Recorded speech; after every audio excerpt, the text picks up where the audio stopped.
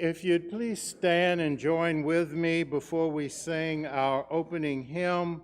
Our opening liturgy is Psalm 150. It's on page 862.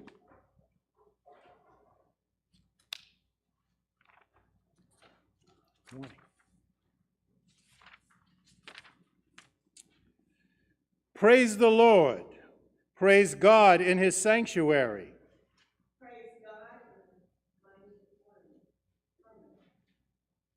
Wait a minute. Let me know when you're ready. Page 862. We ready? Amen. Praise the Lord. Praise God in his sanctuary. Praise God in his mighty firmaments. Praise God for his mighty deeds. Praise God with trumpet sound. Praise God with lute and harp. Praise God with tambourine and dance. Praise God with strings and pipe. Praise God with sounding cymbals. Praise God with loud clashing cymbals. Let everything that breathes praise the Lord. Praise the Lord. Now, if we join together on page 73 as we sing verses 1 and 4 of Worship the King.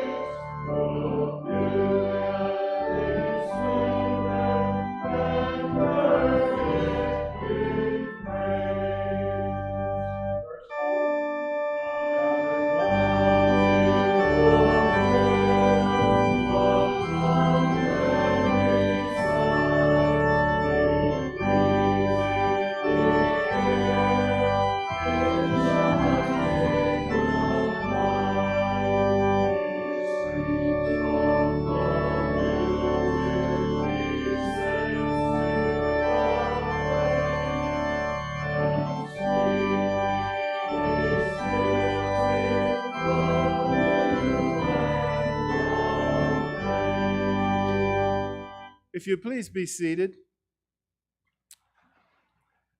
It's my privilege and my pleasure to welcome each and every one of you to this time of worship here at the Sardis Church.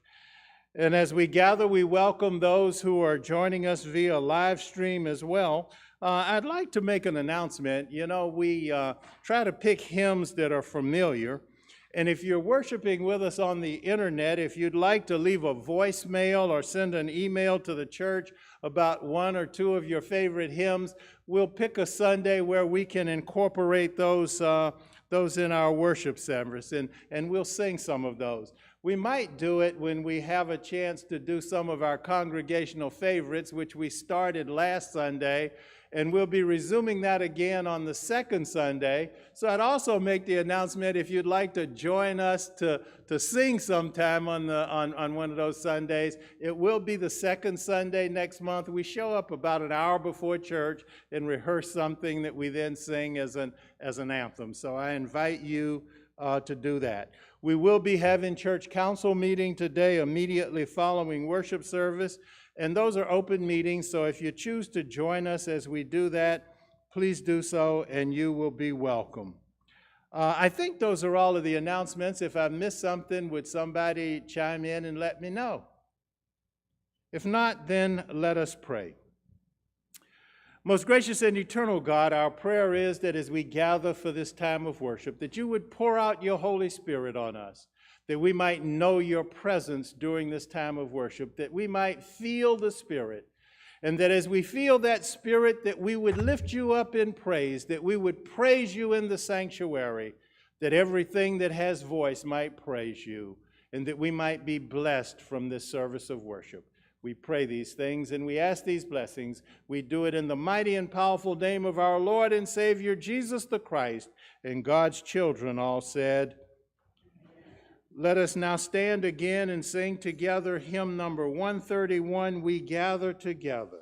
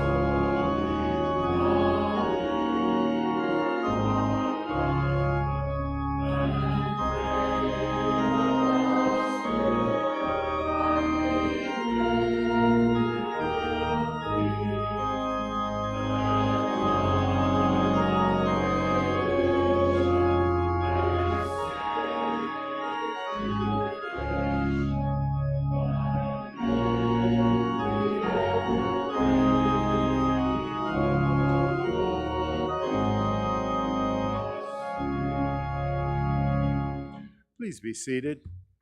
I didn't say this at the beginning, but if this is the first time that you're offering us to share in worship with you, if you'd fill out one of the cards in the pew so that we can be in touch with you, I'll scribble out a note to you and say thank you for coming to worship. So I would appreciate it if you put that in the offering plate. We would appreciate it. We've come to our time of prayer, and as we normally do, after the close of the worship service, we'll raise those prayer requests that we have. We don't do that because it goes out over the internet, but it's our time to go to God in prayer. So let us take a moment of silence and still our hearts as we prepare to offer up our prayers to Almighty God.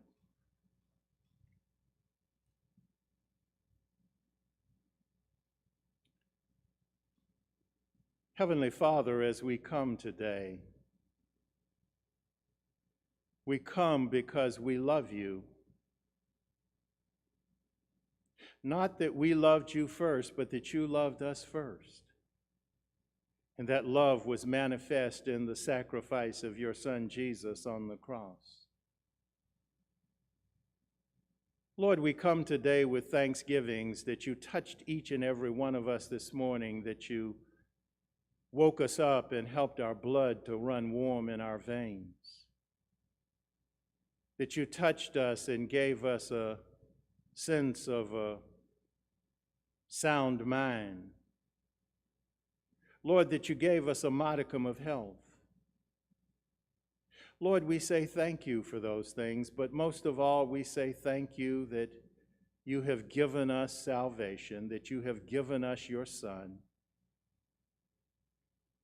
Lord, but we also come today with a series of petitions, with requests. Lord, for those that wrestle with illness, we ask that you would touch them with your healing finger. Lord, particularly those who are so very young that they've just begun to experience life.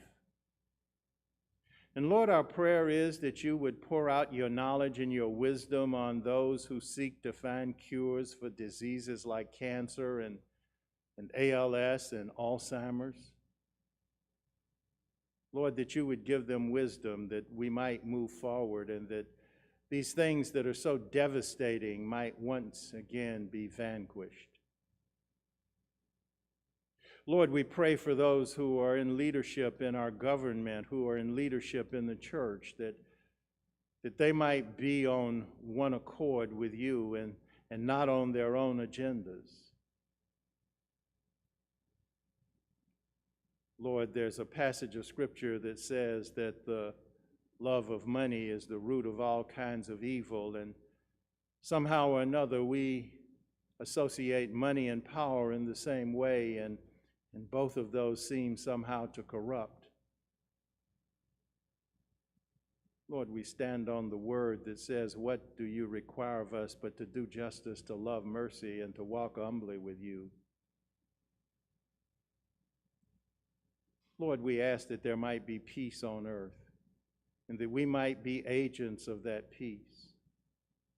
Lord, we ask that the church might get to a point where it's not on a secular agenda, but on an agenda of sharing the good news of Christ Jesus, that all might come to a knowledge and relationship with your Son that leads to salvation. And Lord, I personally thank you for this congregation, for those who gather here and who have been a beacon on this hill for some more than 200 years. And Lord, might that light ever shine. As we seek to be in ministry, we ask that you would bring just the right person here to lead that ministry. Lord, we lift these things up. We lift these up. We lift those things up that have not been said aloud. And we pray together now the words that you gave. Our Father, who art in heaven, hallowed be thy name. Thy kingdom come, thy will be done, on earth as it is in heaven. Give us this day our daily bread, and forgive us our trespasses, as we forgive those who trespass against us. And lead us not into temptation, but deliver us from evil. For thine is the kingdom, and the power, and the glory forever. Amen. If the ushers would please come.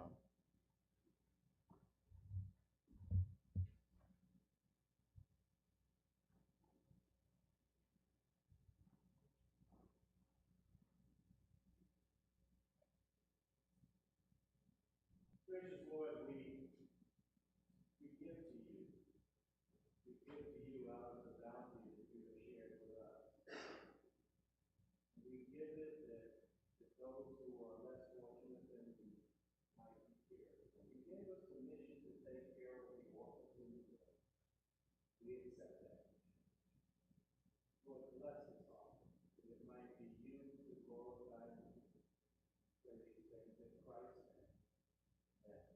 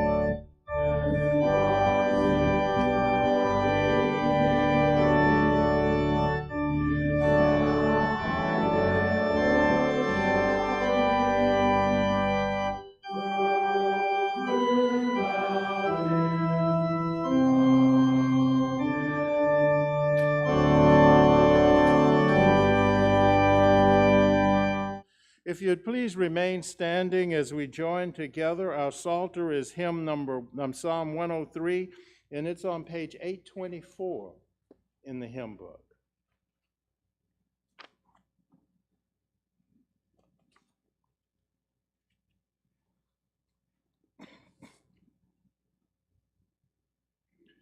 Bless the Lord, O my soul, and all that is within me. Bless God's holy name. Bless the Lord, O my soul, forget not all thy benefits.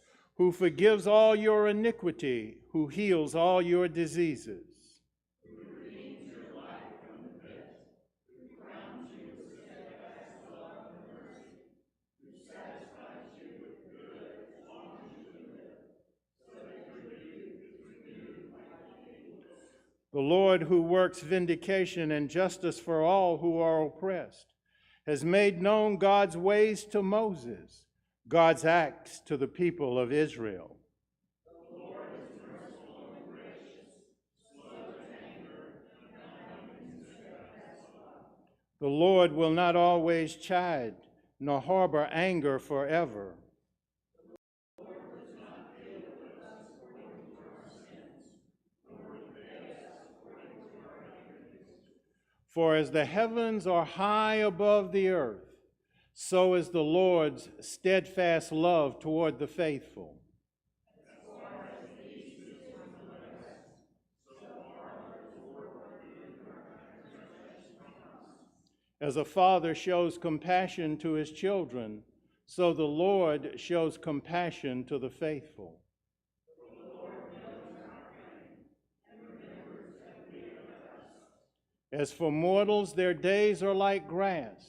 They flourish like a flower of the field, for the wind passes over it, and it is gone, and its place knows it no more.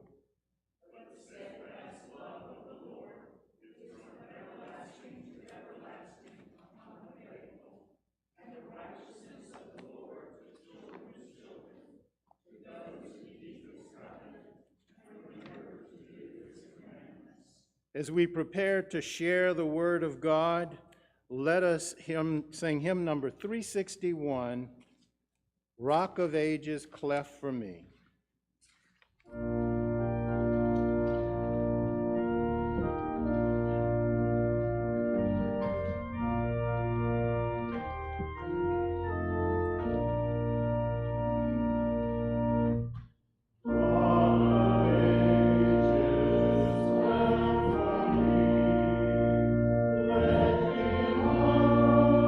Myself in thee, let the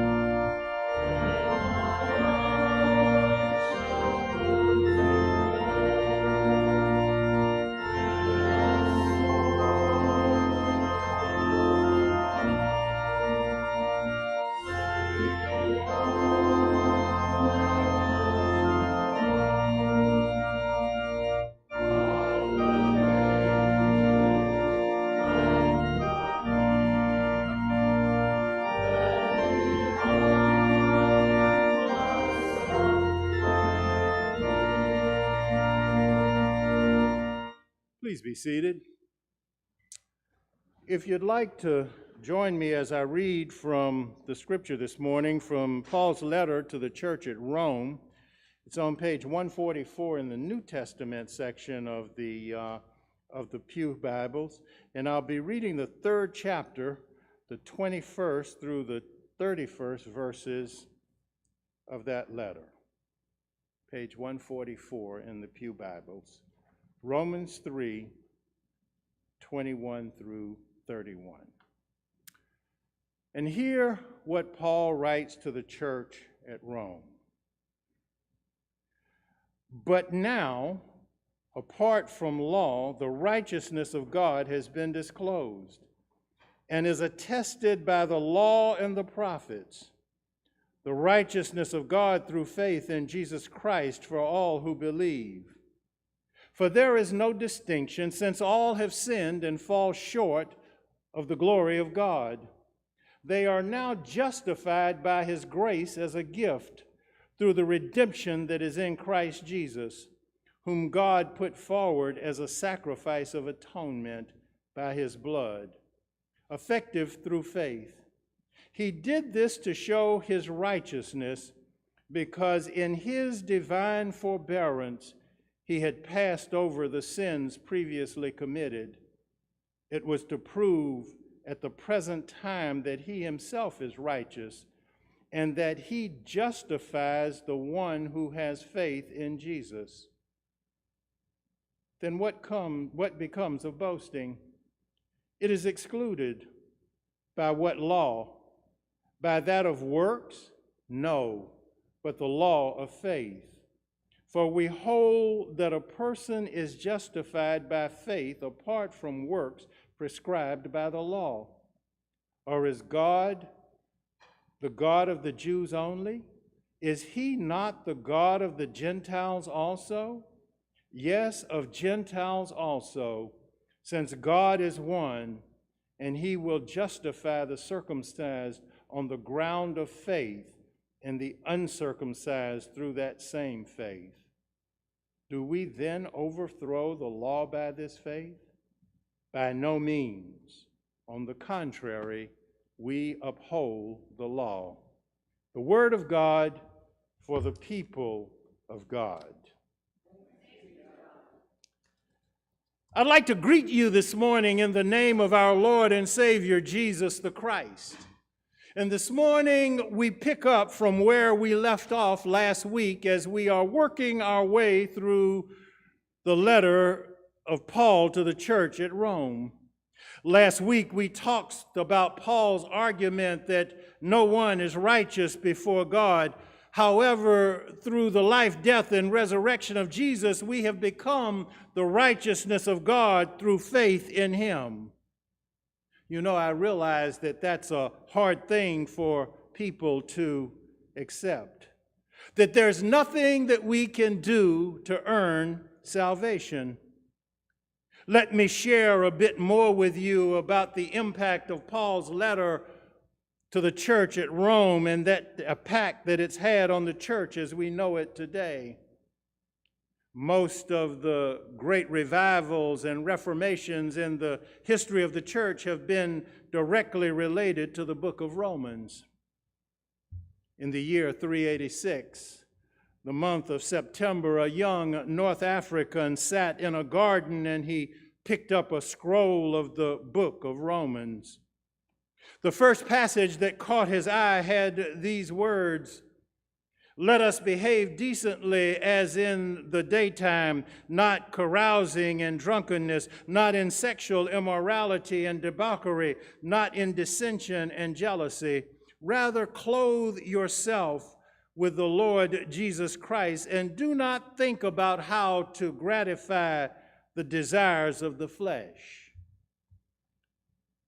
The man later wrote, "No further would I read, nor did I need, for instantly as the sentence ended, by light as it were, or security infused in my heart, all the gloom of doubt vanished away. This was a young man who had run rampantly, was a womanizer and somewhat of a drunk, who lived a life that was outside of what the scriptures would have commanded. That man we've come to know as St. Augustine, who after that experience went on to become one of the church's outstanding theologians and leaders.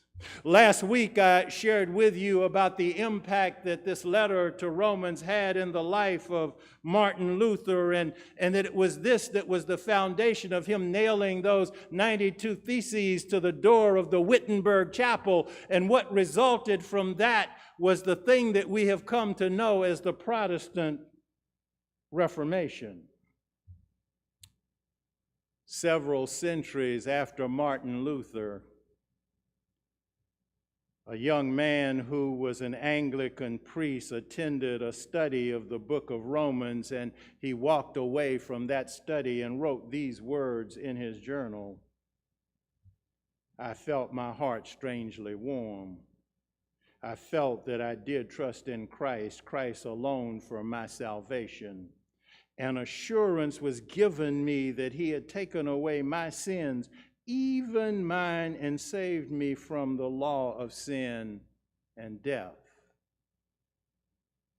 We who sit in this sanctuary are indebted to that young man because his name was John Wesley, and he was the founder of a movement called Methodism. It's sad to say that it's drifted into an institution, but here we'll revive that movement and be about the business of saving souls. John Calvin offers that when anyone gains a knowledge of this epistle, the book of Romans, they have an entrance open to them to all the most hidden treasures of Scripture. And I submit to you that the book of Romans speaks to us today just as powerfully as it spoke to the men and women of the first century, just as powerful as it spoke to those that I have mentioned. You see, it speaks to moral issues, it speaks to civil issues, it speaks to social and psychological issues. It speaks theologically, teaching us the relationship between the faith and works. It speaks of sin and salvation.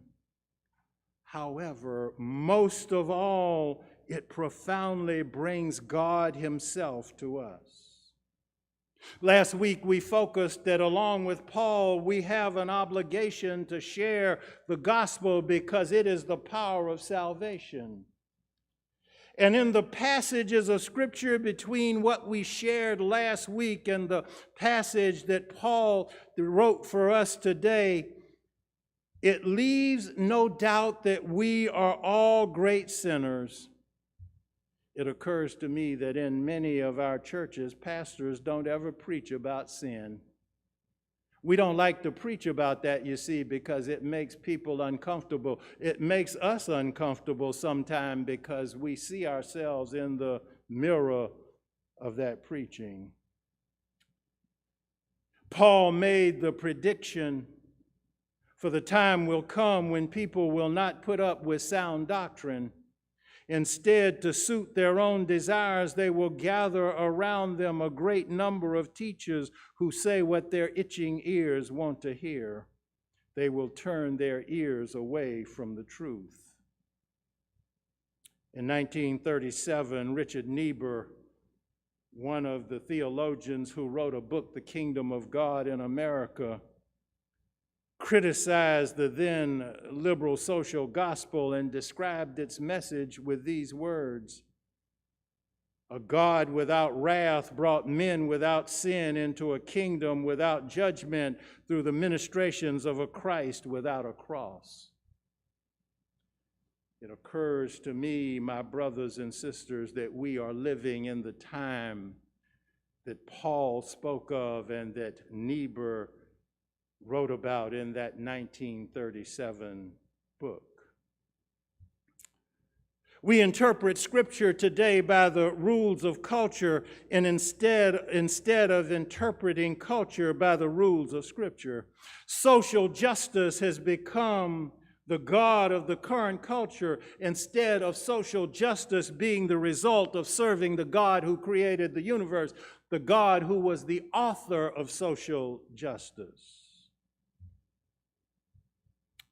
Romans tells us that they exchanged the truth about God for a lie and worshiped and served created things rather than the Creator.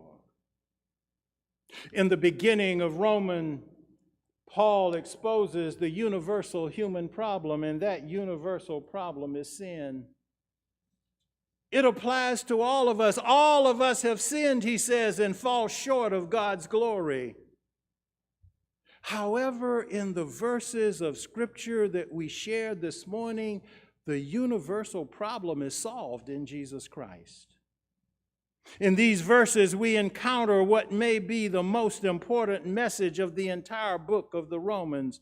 It's a message more important than who will win the college football national championship this year. It's more important than who will win the World Series this year. Oh, I groaned last night as the Braves fell to the Cardinals. It's more important than a peace settlement in the Middle East or in Ukraine. More important than what will happen in the stock market or the midterm elections. What Paul shares is a theological feast, mega themes in these few verses of Scripture. Justification, being made right with God. Redemption, being freed from the power of sin and death. Grace, God's unmerited favor on your behalf. And I can't leave out faith. It begins with two sweet words. But now. But now. After describing humanity's dreadful condition, Paul gives us glorious hope. God has done something on behalf of sinners. He has intervened to rescue us from the prison of sin. As I reflected on this passage, the picture that came to my mind was that of a person sitting on death row. And at the last moment, the pardon comes. It's not a parole, it's a pardon. Set free from the sentence of death. In the coming of Jesus, the Messiah, God's saving power invaded the world. Just as D-Day represented a turning point in World War II, the coming of Jesus signaled a turning point in salvation history. This is the good news. The life, death, resurrection, and ascension of Jesus changed everything. These two words, but now, denote God's intervention. You know, I've said it before. You all know that but is one of my favorite words. It's one of my favorite words because when you come to but, it negates everything that's gone before. You know, it's how your children say, I wouldn't have done it, but. Some of you all may have been there. You see, but negates all that comes before. Sin had the power, but Jesus came. Death ruled, but Jesus came. And the addition of the word now says it's immediate, not something that you have to wait for, but now. Salvation is here now. Last week we identified faith as the key to righteousness. The key phrase was the righteous will live by faith. By faith in Christ Jesus, we are put right before God. We are justified. Genesis begins with these words, in the beginning, God created the heavens and the earth. However, I want to submit to you today that God is still in the creating business. Scripture says, if anyone is in Christ, they're a new creation. And being found in him, it continues, you have righteousness not of your own that comes from what you do, but from faith in Christ. The righteousness that comes from God on the basis of faith. Let me go back to but now. But now says that justification is an instantaneous act. You put your faith in Christ. God declares that you are forgiven, acquitted, put in a right relationship with God. All are justified freely by his grace through the redemption that came in Christ Jesus. The scripture said that God presented Christ as a sacrifice of atonement through the shedding of his blood to be received by faith. It's important that we understand that this sacrifice of atonement, the cross, is totally necessary to affirm God's righteous character. He did this to demonstrate his righteousness because in his forbearance he had left the sins committed beforehand unpunished. He did it to demonstrate his righteousness at the present time so as to be just and the one who justifies those who have faith in Jesus.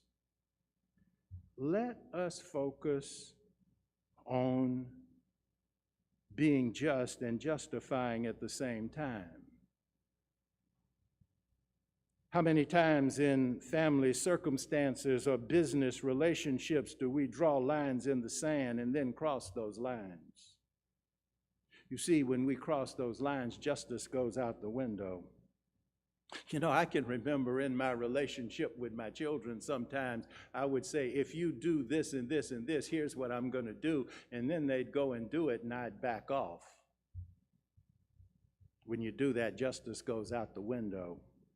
How many times in our business relationships do we promise to do something, and when the deal starts going south, we cross the line and do something different? That's not justice.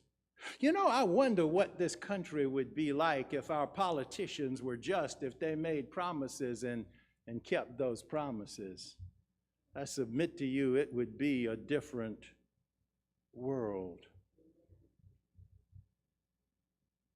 But you see, in order to be totally trusted, God can never cross the lines that he draws. God can never go back on a promise, can never change his mind. Think about the deal back in the book of Genesis. He said to Eve that your seed will crush the serpent's head, and we have Jesus. He made the promise to Abraham that through him every nation, all nations would be blessed, and he sent Jesus. Promise made, promise kept. God can never change his mind. Christ's blood, perfect blood, sinless blood, satisfied God's judgment and allowed grace to be extended. Reminds me of an old hymn, an old spiritual that I've heard said at some point, sung at some point in time, and the words go, I am redeemed, bought with a price. Jesus has changed my whole life. If anybody asks you just who I am, just tell them I am redeemed. But now, as a result of what Christ has done, you are redeemed. You have a new status, a new identity, a new family, and a new hope. You are redeemed. Once again, let us think about the action of faith in all that we have shared.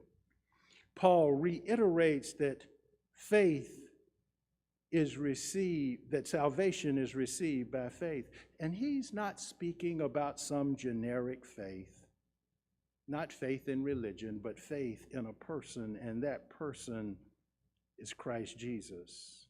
We're not put right with God by working for God, but by trusting in Christ our Savior.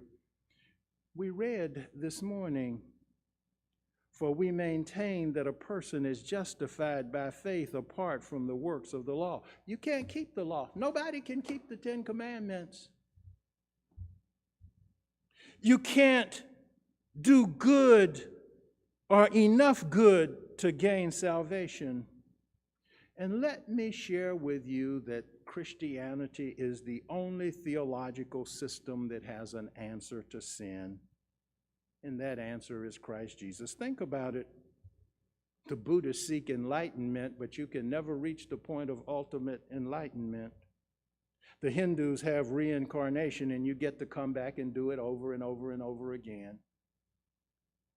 Other theological systems want to say that there is no afterlife. What a sad situation that leaves them in. Christianity has a simple message, a message reflected in the words of the hymn that we sang before the message this morning. Let the water and the blood from thy wounded side which flowed be of sin the double cure. Cleanse me from its guilt and power. We might ask ourselves, why did God do all of this? We understand justice, but there's also love. We should remember both of these when we consider the cross. What motivated God? Atonement, love, and justice. And if we embrace both love and justice, then we have peace with God. The result of all of this is that as a Christian, you never have to live a day of your life in fear. You know, I encourage you to embrace that message. And I encourage you to go and share the good news with others that through Jesus Christ, God enables all Jew and Gentile, circumcised and uncircumcised, wise and foolish, rich and poor, everyone to overcome the power of sin and death. You've got good news to share with them. You see, here's the rest of the story. All have sinned, and all their futile attempts to reach God in His glory fail. But now, for the good news. God's restorative justice has entered the world independent of the law. Both the law and the prophets told us this day would come. This redeeming justice comes through faithfulness in Jesus, the Anointed One, the liberating King, who makes salvation a reality for all who believe, without the slightest partiality. But now salvation has come, and that salvation is through faith in Christ Jesus. Let us pray. Lord God, we thank you for the gift of Jesus and His shed blood on Calvary. Blood that wipes away our sins, that washes us so that we can stand blameless before the throne of Almighty God in that day of judgment. And we pray these things in His name. Amen. Let us stand now and sing our closing hymn together, Oh, How I Love Jesus. It's number 170.